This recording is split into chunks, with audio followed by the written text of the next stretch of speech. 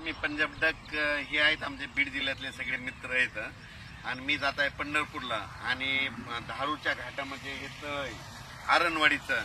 तर यावर्षी ह्या म्हणजे उन्हाळ्यामध्ये म्हणजे 31 मे पर्यंत 80% भरलंय आणि ह्या तळ्यास त्या जनता म्हणजे लाभ क्षेत्र आहे त्यांच्यासाठी एक आनंदाची बातमी सांगतो. आता 12 ते 20चा जे पाऊस येणार आहे म्हणजे 12 जून ते 20 जून याच्यामध्ये 100% भरून जाणार आहे आणि याच्यावर लोंढावून पाणी जाणार आहे म्हणून हा अंदाज लागतो. पण राज्यातल्या सर्व शेतकऱ्यांना सांगू इच्छितो, आज आहे 7 जून, 7, 8, 9, 10 दररोज पाऊस वाढत जाणार आहे. पण 12 जून ते 20 जून हेवी रेन इन महाराष्ट्र म्हणजे महाराष्ट्र सगळीकडे मुसळधार पाऊस पडणार आहे 12 ते 20 म्हणून सर्व शेतकऱ्यांनी काय करायचं, शेतीचे काम आटपून घ्या.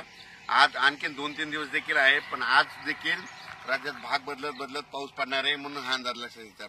त्याच्यानंतर 12 ते 20चा पाऊस पडणार आहे.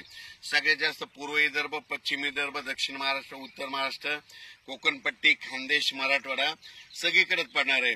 पण राज्यातल्या सर्व शेतकऱ्यांना सांगू इच्छितो की म्हणजे आज 7 जून पासूनच राज्यात मी म्हटलं होतं ना 6 जून पर्यंत तुम्ही कामं आटपा. 7 जून पासून म्हणजे आजपासून बघा दुपारी 3च्या नंतर राज्यात ठिकठिकाणी पाऊस सुरू होणार आहे. काल देखील खूप ठिकाणी पाऊस झाला, नाशिककडे झाला, पुण्याकडे झाला, दौंडकडे झाला, आज देखील पहाटे सोलापूरकडे खूप झाला.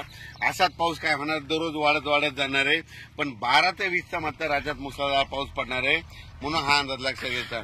ज्यांचे कोणाचे आणखी थोडे कामं राहिलेले असेल तुम्ही 11 जून पर्यंत 11-12 पर्यंत कामं आटपून घ्या म्हणून हे अंदाज सगळ्यांना लक्षात घ्यायचा. आणि ज्यांच्या शेतामध्ये पेरणीसाठी ओल असेल तर तुम्ही 12 तारखेपर्यंत पेरू शकता. सोयाबीन जर पेरली तर तुम्हाला सांगतो, सोयाबीन पेरल्याच्या नंतर 1 दिवस सोयाबीनला शांत झोप पाहिजे.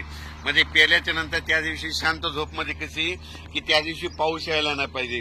पाऊस जर पडला तर ती थापून जाते म्हणून एक माहीत असं सांगितलं. पण राज्यात मात्र तुम्हाला सांगतो की 12 ते 20च्या दरम्यान मुसळधार पाऊस पडणार आहे. पण आज 7 जून पासून राज्यात भाग बदलत पाऊस सुरू होणार आहे म्हणून हा अंदाज लक्षात येतो.